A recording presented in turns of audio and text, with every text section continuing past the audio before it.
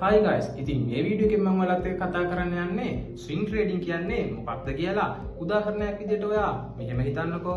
ඔයා දැන් ස්ටුඩන්ට් කෙනෙක් කියලා. ඒ වගේම ඔයාට දැන් හෙට එක්සෑම් එකක් තියෙනවා. ඉතින් ඔයා එක රැයකින් සබ්ජෙක්ට් ඔක්කොම පාඩම් කරලා ඒ එක්සෑම් එක ලියන්න හදනවා. අනිත් අතට ඔයා මෙහෙම හිතන්නකෝ. ඒ එක්සෑම් එකටම ඔයා සතියකට විතර කලින් ඉඳලම ලෑස්ති වෙලා පාඩම් කරලා එක්සෑම් එක ලියනවා.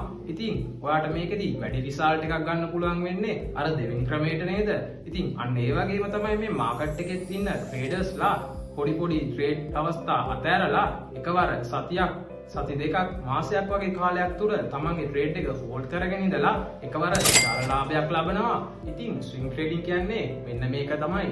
ඉතින් ඔයත් මේක ගැන දැනගෙන හිටියද? ඔයත් මේ වගේ ට්‍රේඩින් ගැන හරියටම ඉගෙන ගන්න කැමති කෙනෙක් නම් දැන් මට WhatsApp message එකක් දාන්න වගේම මාත් එක්ක රැඳිලා ඉන්නත් අමතක කරන්න එපා. ජය වේවා.